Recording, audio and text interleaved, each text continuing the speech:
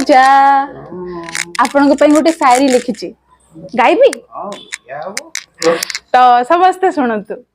बहुत दिन पर घर को आसचंती मो अजा ससुर बाबा बाबा बहुत दिन पर घर को आसचंती मो अजा ससुर आउ तांको आसीबा खुशी रे समस्ते टिके जोर दाड़िया करतालीटे मारो। बाबा बाबा केते बढ़िया शायरी थिला।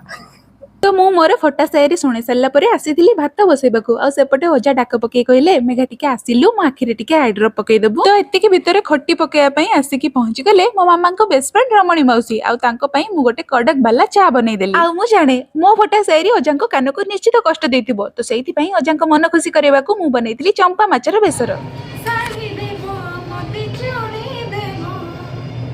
तो माछ बाजू बाजू चलतु गोटे शायरी शुणा। तो रोसई करू करू मु गोटे खाई खाकरा तो एमती उत्पत्ति हो हो दास घर बहु माछ सबको भाजी देले किंतु ए रोसई घरे बड्ड गरम छिडाई हो। आउ ए सिचुएशन रे मु गोटे कथा भाबुची जा हो सासु घरे भी मु एमती बाप घर अंडरी झियो भलिया घुरी बुलुची नहले मो अवस्था किस जे हुंता। तो रोसई सारी आसला बेलू मामा धरई देले तरभुज कहले खा आउ टिके चिल हे जा। आउ सत कहबाकू गले मो भलिया भाग्य बुद्धि को झियर नाही। रोसई घरु गरम हेकी बाहरिला बेलू सासु मा ठंडा ठंडा वाटरमेलन आनिकी धरई दउचंती आउ कहउचंती बहु मा चिल हे जाओ।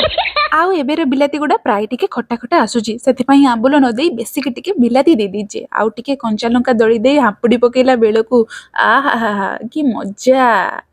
अजा माछ खाइले केमती लागिला बढ़िया। तो खाई सारा पर ए जो पहड़टा मोर पड़े यही पहड़टा अनिर्दिष्ट काल केबे भांगिबो किछि ठीक नहीं।